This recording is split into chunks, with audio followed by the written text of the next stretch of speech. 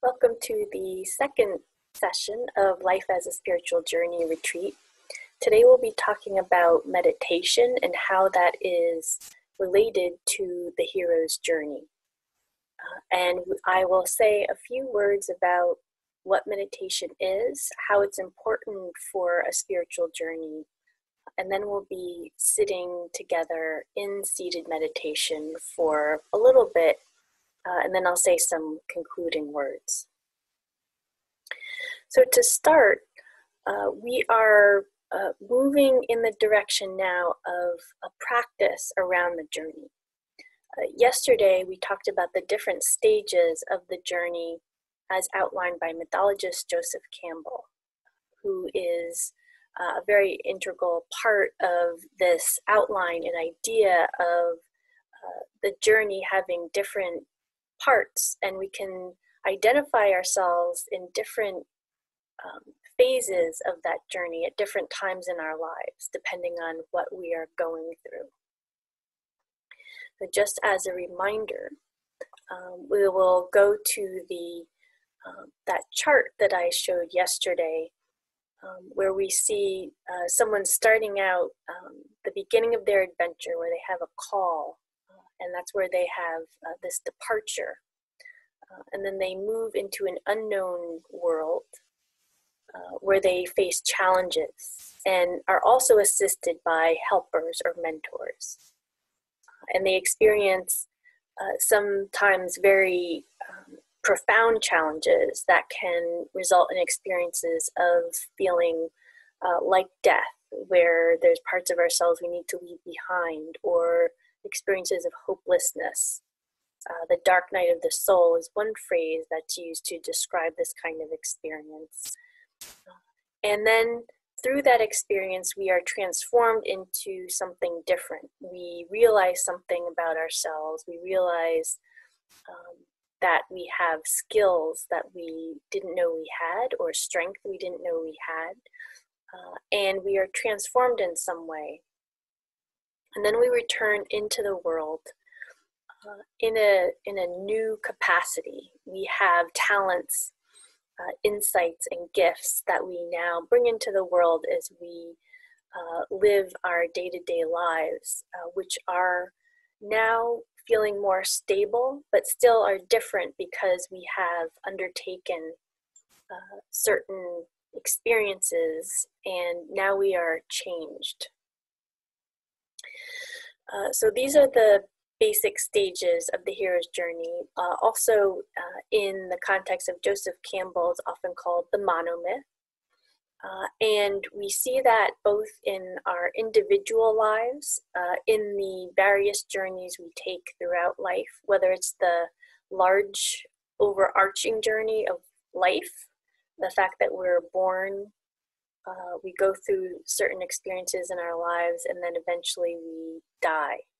Right, so that's the overarching journey of a human life. But within that larger cycle, there are lots of other experiences happening, and sometimes many experiences happening simultaneously. Right, for example, each day is a journey. We wake up, there's a new day, we have certain experiences, and then we go to sleep again at night. So there are all different kinds of journeys. Some of them are everyday journeys, some of them are more challenging. But when we talk about a spiritual journey, we want to focus on certain qualities that will help us to get a sense of what our spiritual path is, right? So a lot of that work needs to be done internally. And the journaling exercise I often ask people to do during this retreat is asking themselves, what is my quest? Right? And just being open to whatever arises when you ask yourself that question, whether you're journaling it or contemplating it, to just allow whatever arises to arise. That might not be something you can answer in one session, but to hold that in your consciousness so that you are open to hints that come up about what your particular individual quest is. And it's also helpful to have a sense of what stage you might be going through, because you have this sense that it is not just about a difficulty or a hard time or a challenge, but it is really contributing to your overall spiritual development as a human. And that's not just for the big events, that's for each and every moment of our lives. And so how do we do this? How do we find this openness and allow ourselves to really listen for what our quest is? And one practice that is very important on the hero's journey is meditation. And the quote that I went over yesterday, briefly, from Joseph Campbell, his book, The Power of Myth. Having a sacred place is an absolute necessity for anybody today. You must have a room or a certain hour or so a day where you don't know what was in the newspapers that morning. You don't know who your friends are. You don't know what you owe anybody. This is the place of creative incubation. So to note about what the idea that Campbell is getting at here, this creative incubation is about letting go, right? If we break down what he is addressing in this quote, that we don't know what was in the newspapers, right? So the news drops away. We don't know who our friends are, right? And we usually think of our friends as an important part of our lives. We think, why do I want to forget my friends? But it's not about forgetting your friends completely. You don't need to leave your friends behind. But it's that this space of meditation that we are entering into is a space where we start to learn how to surrender and to let go. And in order to do that, we need to help the mind let go of all of the things that it usually identifies with, right? We usually do identify with, right, what's going on in the news. We identify with our friends. We identify with the place we live, the people we grew up with, the family that we have. And we need this space, as Campbell is saying, where we allow all of that to drop away, right? And it's about not being attached and identified with it. That doesn't mean, again, that it's about letting go of your great love for your friends or your family, but it's about that identification. Because the hero's journey is finding your authentic self. And that authentic self is hidden underneath multiple layers of ideas about who you should be, who other people think you should be.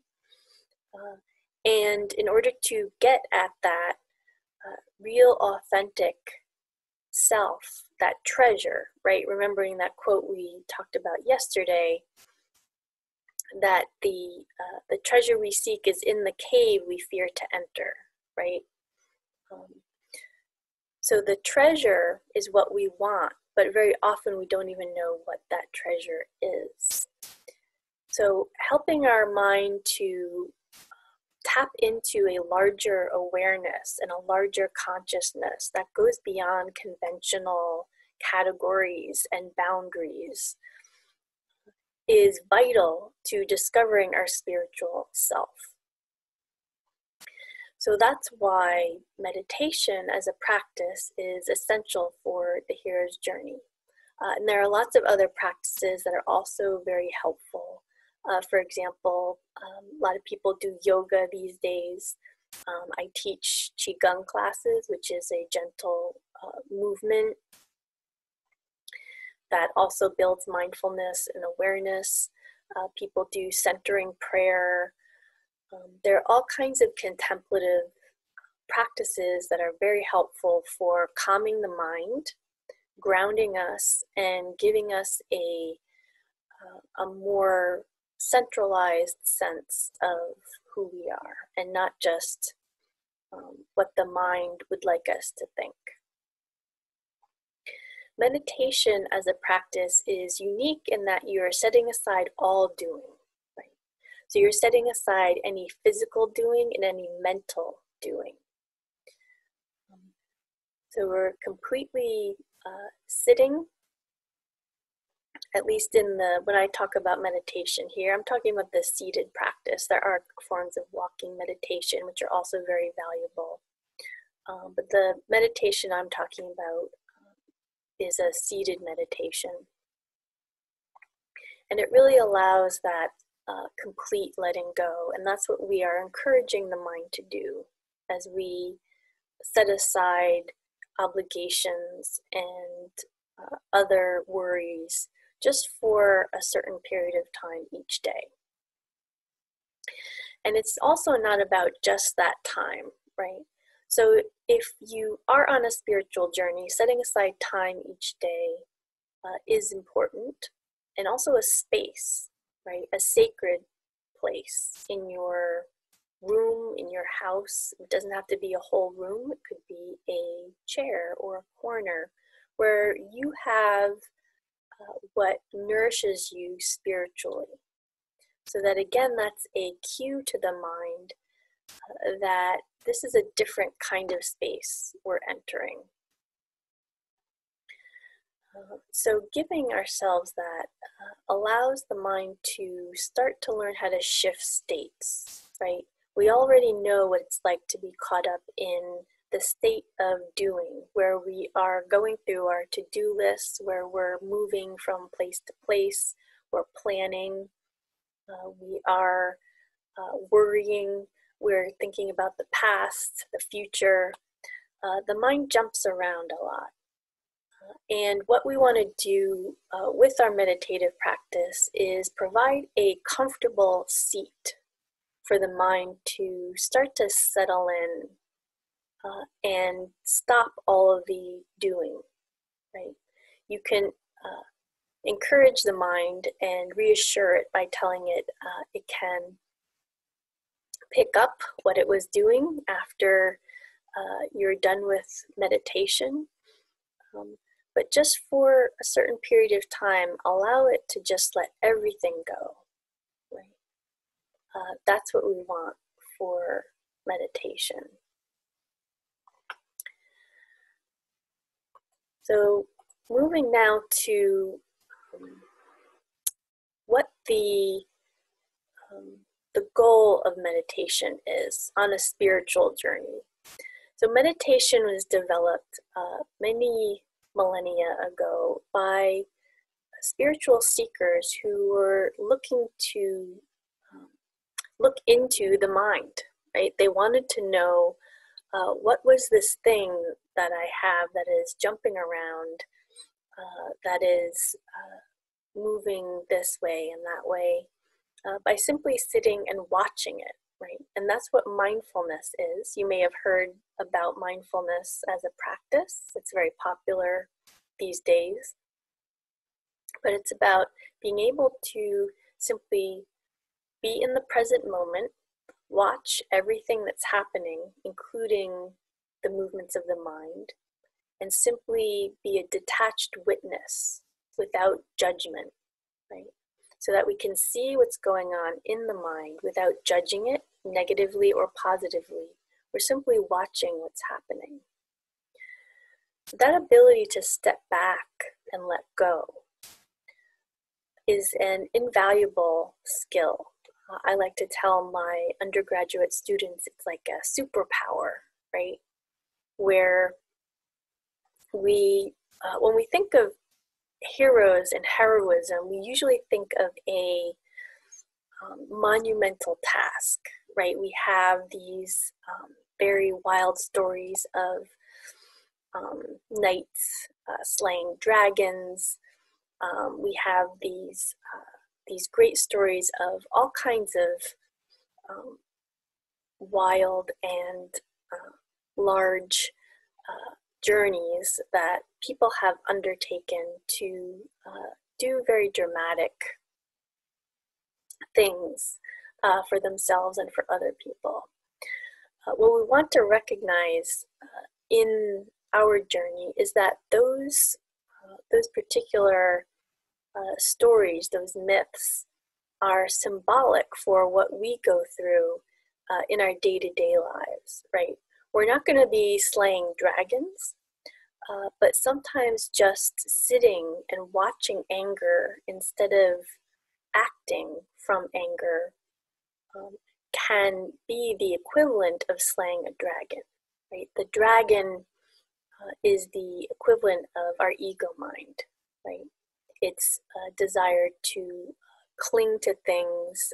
Dragons and tails are often hoarding treasure, and you'll hear Joseph Campbell talk about that if you ever look at The Power of Myth, and especially that first episode where he is interviewing Bill Moyers, or Bill Moyers is interviewing him. So we are, through meditation, we're stepping back and letting go of those habitual reactions that our mind has. And as we do that, we're able to respond in radically different ways. So knowing that we can always change our responses, right? It's not enough to just say, oh, that's who I am, or I can't help it, right? We always have the ability to change because we can, our true nature is that divine presence, that unbounded, loving, compassionate presence. But the mind is different, right? So the mind is the one that is convinced that it's small, that it is limited, that it is bounded. And that's what makes it fearful and it makes it angry. So as we continue to step back from the workings of the mind, we inhabit more fully our true nature. And that's why I have the picture of the mandala here. And you can Google mandala and see many other different depictions of what that looks like in many different traditions. But it's that depiction of our true selves, our true divine selves, where there's always this center point. And Campbell in the interview also talks about how when we move physically, we are moving from that center, which is a center of stillness, a center of silence, beyond what even the mind can imagine. But when we hook into that, we see that our power is coming from that center while we are still grounded and resting in stillness. And at the same time, from that is coming all of these beautiful emanations of richness and love, compassion, right? So being able to recognize that is the ultimate spiritual journey, right? That you want to be able to see yourself as the divine and serve in that capacity, right? So those are the two ultimate goals of a spiritual journey. And this is the recognition, right? So which is why I have the title Mandala, a mirror, because this is the way we are able to eventually see ourselves, right? Our true selves, not our minds, as we step back through the process of surrendering in meditation. So how do we come to a meditation practice, right? So it's important to choose a meditation practice that is one that you're going to do, right? One that you feel enthusiastic about. There are a lot of benefits to meditation. There are physical and mental benefits to meditation. It lowers blood pressure. It boosts immunity. It helps focus. It helps emotional regulation, and the list goes on and on. So there are very practical benefits to meditation. And I talk about a lot of those in my stress reduction classes when I do those also at the university where I teach. But if we're talking about a spiritual journey, we want to also go beyond that, because meditation has so much more to offer than simply those basic benefits, which are also wonderful. But the idea is to tap into our unlimited sense of awareness and consciousness. Right? And again, this is beyond what the mind can grasp. So we need to really immerse ourselves and continually and consistently take up a practice that is going to allow us to find those benefits. So one practice is mindfulness, where you simply sit and you watch your breath, right? So you watch the breath as it comes in through the nose, fills the lower belly, then empties from the lower belly and exits from the nose. And you simply watch it without judging. And when the mind starts to move, you simply watch that too, and then you come back to watching your breath, right? Remembering that we're not actually trying to stop the mind, right? The mind will move, but the goal is having the ability to simply watch without getting caught up in what the mind is doing. I sometimes use the analogy of a storm, right? And our usual day-to-day lives are when we're in the middle of a storm and we're just getting hit by the wind and the rain. And that shows how we get caught up immediately in emotions, right? We get pulled this way, we get pulled that way. Mindfulness is like being in a house and watching a storm from the inside of the house, right? We see that there's a storm going on, but we're not engaged in it. We're simply watching. So giving ourselves that opportunity to step back, that's what the practice of mindfulness is about. Another helpful practice is using mantra.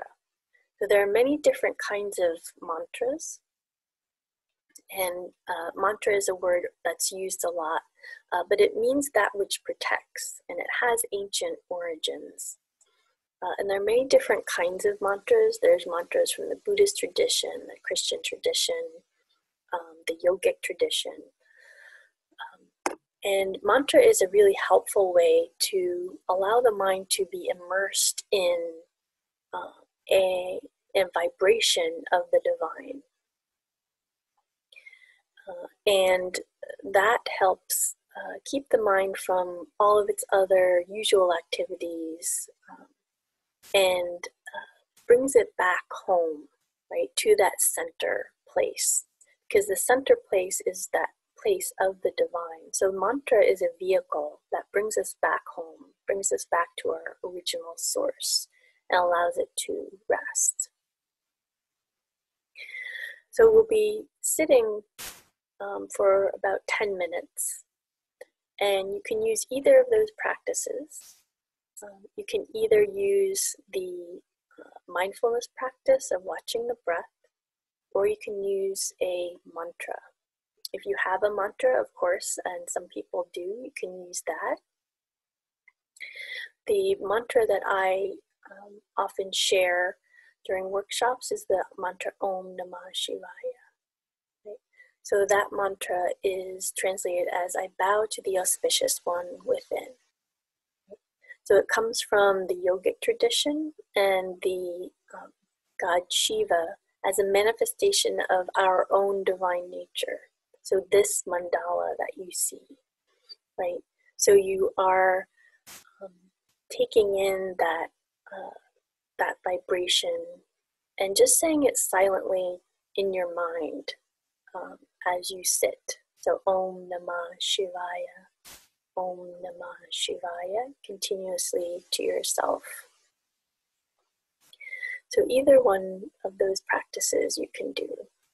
So we'll sit for 10 minutes, and then when we come back, I'll say a few words. And at the end of the session, I'll ring a gong so you'll know that our session has come to an end.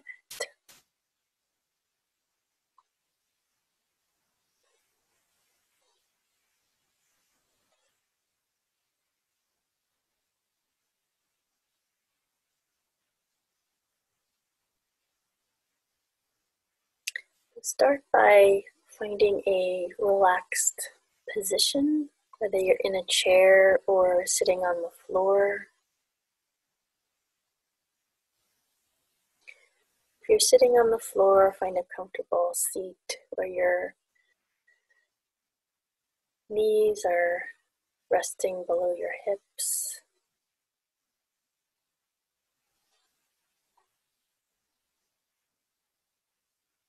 Make any little adjustments you might need to feel comfortable.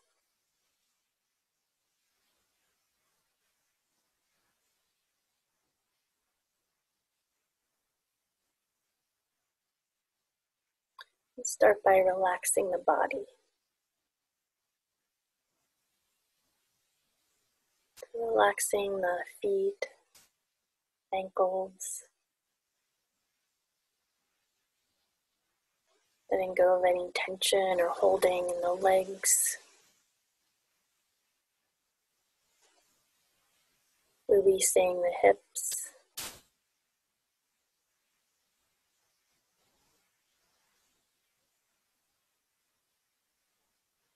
Relaxing the lower back.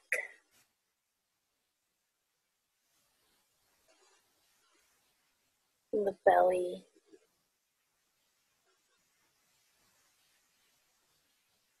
Relaxing the middle of the back. Relaxing the upper back. The shoulder blades. The tops of the shoulders.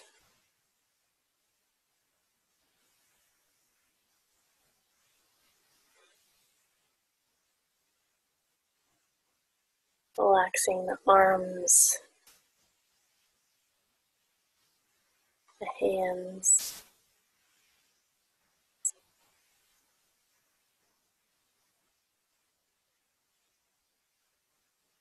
letting go of any tension in the back of the neck. You may notice it start to lengthen.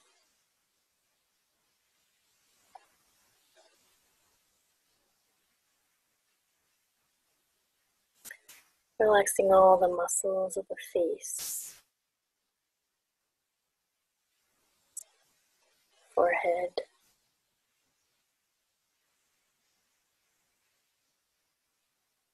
all the muscles around the ears, the muscles of the eyes,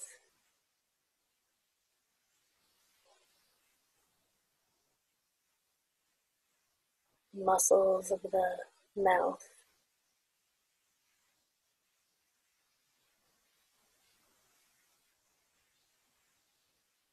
Relaxing the tongue and the mouth. Taking a couple of deep breaths, just letting go of any remaining tension in the body.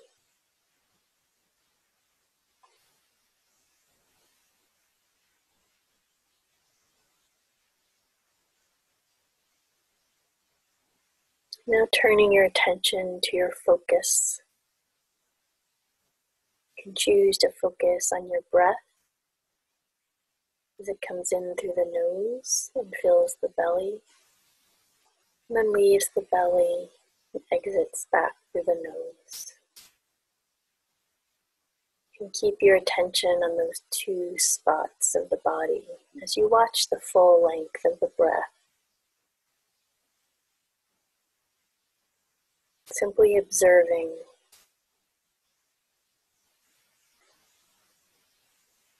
without judgment, the sense of detached awareness.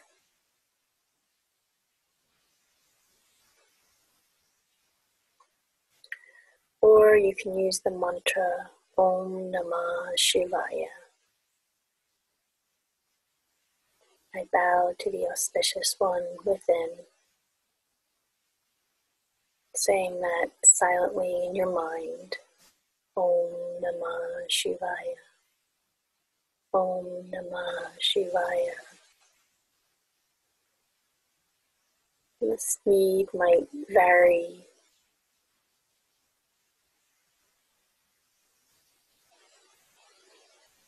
Simply allowing your mind to silently repeat that.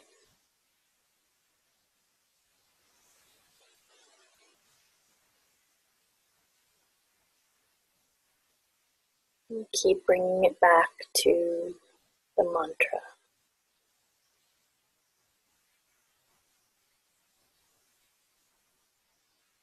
When the mind wanders, you simply bring it back to its focus.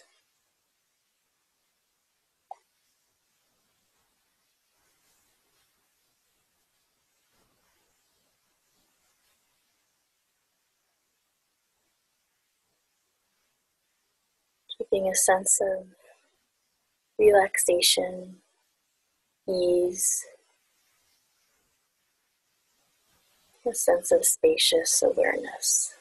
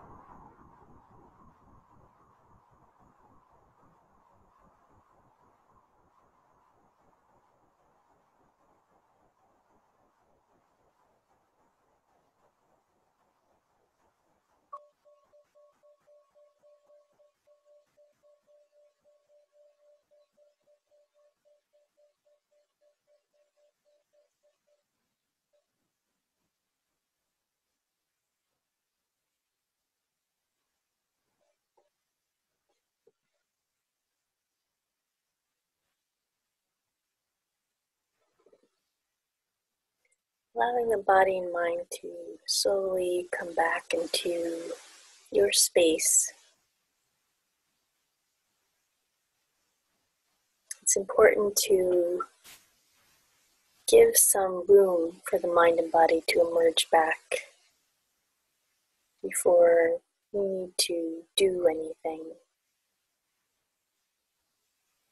then the mind will be more likely to settle down during meditation.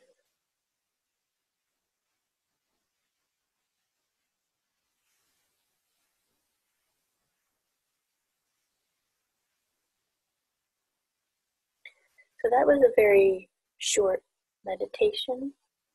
If you're looking to build the meditation practice, it's helpful to start with a certain time that is doable for you, whether that's 5 minutes, 10 minutes, 15 minutes. Start with what you can do, and then gradually increase that over time. The more you do meditation, both in terms of the length of time that you do it each session and the amount of time that you do it over the course of your practice, in terms of the number of days that you devote to it, really contribute to your ability to have a more grounded sense of yourself and train your mind to begin to recognize that time as a sense of, with a sense of sacredness. And you'll start to see the benefits, right? You'll start to see the benefits, the physical benefits, the mental benefits. And that will encourage the mind to continue, right? As I said before, you want to choose a meditation practice that you feel enthusiastic about. That being said, even if you are enthusiastic about your practice, there's not going to be anyone who has a practice where there's not some days that they're more enthusiastic about sitting than others, right? So that too is a way to train the mind, where you are dedicated and devoted to, say, sitting every day at 7 o'clock, say. And it's not about how the mind happens to feel that day, it's about your dedication and devotion. So already there, you can see how your discipline is a way of separating who you are from who the mind is. And the benefits do grow over time, because the mind starts to associate that time with rest, with settling down. And so it will become easier for the mind to do that.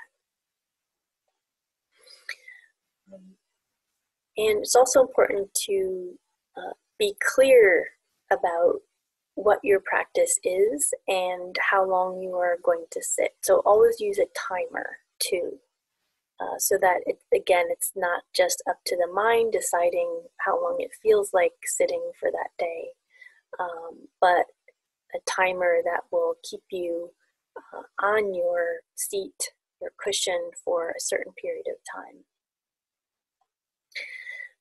And this is a time too where we want to infuse that moment or that space that we develop in meditation with a sense of sacredness, which is why it's helpful to have pictures that are uplifting to you, that evokes a sense of high spirituality. And really surround yourself with that which will be uplifting, that will support your practice. And that doesn't just include the time where you're sitting, but also what you surround yourself with in your life, in terms of what you read, who you spend time with, right? You want your life to reflect the goal of your journey. And whenever your true nature and your true yearning is out of alignment with what your life looks like, there's going to be inner conflict. So examining and developing discrimination and discernment around all the different aspects of your life start to really bring together those all those different aspects that can contribute to your path, whatever that path is. I just want to read a couple of poems. So poems and writings from mystics are one rich source of help on our support of our journey. This particular book is called Love Poems from God. It's 12 sacred voices from the East and West. So the first poem I wanted to read is from St. John of the Cross, titled, What is Grace? What is grace, I asked God, and he said, all that happens.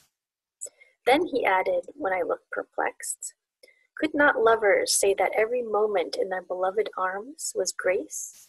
Existence is my arms, though I well understand how one can turn away from me until the heart has wisdom. Right, so that that deep understanding that every moment is the divine, right, is that unfolding of divine consciousness. And yet in the mind's limited, very limited capacity, it can't understand, right? So we need to start out with that faith, right? That grace is in every moment. And the hero is the one who is able to look at each moment and see the grace. Because it isn't easy when we are facing challenges, and it can even be painful to set aside these habitual ways of the mind's thinking. However, when we do set them aside, then that allows room for the grace to flow in. There's a dance between self-effort and grace in our journey. And so being able to recognize the grace is vital for our own ability to keep working toward our path and our journey. And then this next poem is from St. Thomas Aquinas, called The Divine Intimacy. The experience of something out of nothing, is that not how one might describe magic? A hat held upside down may appear empty, though at God's command all life that any planet has ever known could dance around the hat's rim, holding hands. The root that needs no ground is He, and from that root all has come. Creation is God's litter, and all are nursed. Some grow more plump than others, indeed. Eternally amazed is the soul before God, watching Him expand, witnessing God reveal Himself to Himself. That divine intimacy I know. So what Aquinas is getting at here is that that's what the experience is, right? It's God knowing God's self through us, right? That's who we are. And it's that intimacy that the hero is working toward. That's what it means to know ourselves as God, right? And to serve in that capacity. So understanding that end point, right, of that an amazing and indescribable, beyond the mind's knowledge to even imagine. That's what we're heading toward. And that's why it is a hero's journey, because we don't always know what's at the end. We don't always know how we're going to get there, but we know why we're going. We're following the yearning of our soul. And developing a practice like meditation helps us to listen and follow that guidance. And that's the practice that will help you unfold the potential of your hero within.